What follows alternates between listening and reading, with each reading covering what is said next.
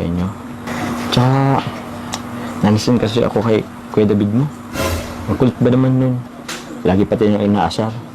Siguro kung ikaw pa na unang pumunta doon, baka sumunod rin ako eh. Kaso, Kuya David mo kasing nauna. Lagi ba nang aasar? Okay lang po. May kasalanan din naman po ako. Pero Carla, meron gustong ipaalala lang din sa'yo ha. Pero, Paalala po. yung... Tingnan mo ng ano. Hawakan mo naman ng pagod. Basta, yun lang. Wala pa naman sila mama papa mo. Yan. Gusto ko lang paalala sa'yo na kahit binastid mo ako, tingin ka muna sa akin. Na kahit binastid mo ako, patuloy pa rin ako manliligaw sa'yo. Bakit? Tingin ka sa akin. Bakit? Makulang po akong tubig po. Okay lang, di naman ako naaluhaw eh. Bro, ano yun?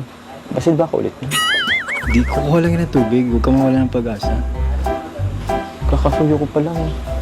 Parang ano nga eh. Parang iba yung ano. Parang kinilig. Parang kinilig siya. Kinilig ba? Nakita mo? Tumaligod kasi sa akin bro, hindi ko ito rin nakita. Saan nakita mo? Baka nahiya yun. So ano? May pag-asa naman siguro. Ay, thank you. Salamat. Ikaw, tubig mo? Upo ka. Salamat sa tubig ha. Narinig mo ba yung sinabi ko kanina? Okay. Anong masasabi mo? Okay lang ba? Buti naman. Actually, wrong timing din talaga ako that time eh. Kasi alam ko naman na yun, naumpisa pa lang yung pag-aaral nyo.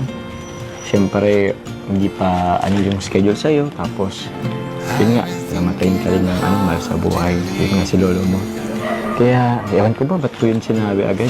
Siguro nadala lang siguro ako ng pressure. Mga sabi ng ibang tao. Kaya, yun, alam ko naman na mali ako dun. Pasensya na. Alam po yun. Kapo, bakit po kayo nagsusumbre? Bagay na Akin na? Ba't mo sinabi? Ang pangit ng buhok ko. Akin baka magbag pang isip mo. Nag-wait kami po. Ah? Sorry na bro, ang pangit. Akin na. Flat na flat yung hair. Akin na muna. Ang ira, baka matulog ka tuloy sa akin.